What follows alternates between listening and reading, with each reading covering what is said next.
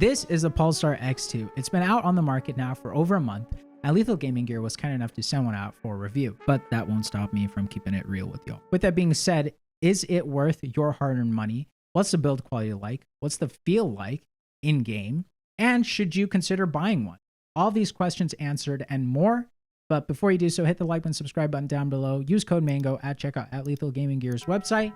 And let's start off with a quick unboxing of the Pulsar X2. The Pulsar X2's contents are pretty straightforward. You have the mouse. Underneath the mouse is the dongle with the USB receiver. Underneath that is some documentation, along with Pulsar's paracorded USB-C cable. Really love that. Their cables are top tier. Some more stickers and documentation, and that's what comes in the box. With the unboxing done, let's now talk about the shape of the Pulsar X2. I believe the X2's shape is phenomenal. Before I dive into why, let's quickly talk about the specs of the X2. This has KL 8.0 GM switches. It has a TTC gold encoder. It also weighs 56 grams, and it also has a 3395 sensor, which is the leading sensor tech currently out on the market. Now, with those specs out of the way, let's now talk about the shape and why it's phenomenal. Frankly speaking, this is a very average shape. And what do I mean by that? It's a shape that will accommodate a wide variety of different grip styles. If you want to fingertip it, if you want to claw grip it, if you want to palm grip this, it works. This mouse is very adaptive in that regard. My hands, for reference, are 20 by 10 centimeter, and I comfortably use this in a pincer claw grip.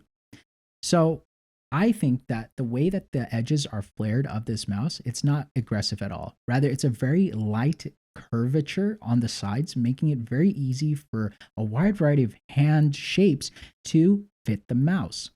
Moreover, the placement of the side buttons is excellent. I see that my thumb basically fills the area underneath the side buttons perfectly, so there is very little travel to hit the side buttons. And the way the mouse buttons are contouring, they just make your fingers feel engaged. Actually, speaking of engaged, this shape as a whole, the way the back hump is created and slopes downwards to the mouse buttons is just fantastic. Let's now touch on the build quality.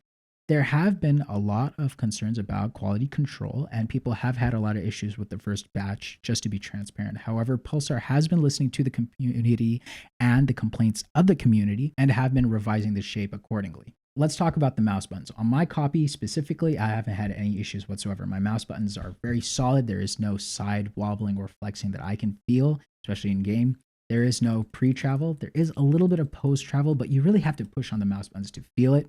The side buttons are very crisp and tactile. There is a little bit of post-travel, but not enough to make it a deal breaker in any shape, way, or form. Also, there's a little LED light on the side next to the buttons. I like the placement of this LED. Totally useless to me because I turn it off in order to optimize for battery life.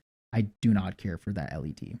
This also is charged via USB-C, which I really appreciate. Quick editor's note regarding the Pulsar X2's battery life. I've only needed to charge this 1.5 times fully in my couple weeks of testing. It is rated for 70 hours of battery life, and it definitely stays true to that. Let's now talk about the bottom of the mouse. Like I mentioned, this does have the 3395 sensor, but more than that, I really want to talk about the detail of the PCB. The white mouse comes with a white PCB with black details, and the black mouse comes with a black PCB with gold details. The PTFE feet, these are rounded raw PTFE, and frankly speaking, they rival the quality of core pads. So for stock feet, these are phenomenal. There's also a DPI button as well as an on-off switch. One extra detail I do want to point out is that Pulsar has decided to engrave Pulsar on the hump of the mouse. I just love that minimal branding on the mouse. It is just so perfectly done. Like, I cannot stress that enough. This is, frankly speaking, a mouse that I truly enjoy. And honestly, it is my current endgame mouse. The next thing to discuss would be the coating on the X2. It is similar to the G Pro Wireless as well as the XM1. So it's a rather smooth texture. I have a love-hate relationship with it, as I do like it. However, when my hands do get sweaty, it is a little more slippery. And seeing how this is white plastic, it does pick up grime and it's easily visible on the mouse. One thing to actually point out is the seams of the mouse are a little sharp if you rub your finger on it horizontally, and it does pick up grime and get lodged in there, so you do need a toothpick to remove that grime. However, when you do use a mouse, you do not feel these seams whatsoever. Let's now talk about my in-game performance. My in-game performance with this has been stellar. Like, I have been hitting personal records in aim labs like no other, and I am very impressed. This combined with the Zowie GSR SE Rouge has been a great combination that I have thoroughly enjoyed. I've been also using a wide variety of other mouse pads with this mouse, and it's just top tier, dude. I cannot stress that enough. In aim lab specifically, I've hit my highest record of like 89,500. I've been really enjoying my performance with this mouse. I've also played Valorant, CSGO, Apex Legends, and Fortnite, and man, my consensus is this is freaking awesome. I've been getting a lot of W's in Fortnite and been able to control my bloom really well in that game specifically. In Valorant and CSGO as well, I'm able to recoil control very well. So overall, this shape is just so freaking good. I really do believe that a lot more esports pros are going to be picking up this mouse and trying it. And I definitely would say that they should, because shape is king, and this shape is just very versatile. And the weight of the mouse, everything about this mouse is amazing. You have to keep in mind, it's $95. And if you buy it from Lethal Gaming Gear, 5% off, so it's like 90. So do that, code Mango, and you will really enjoy this mouse.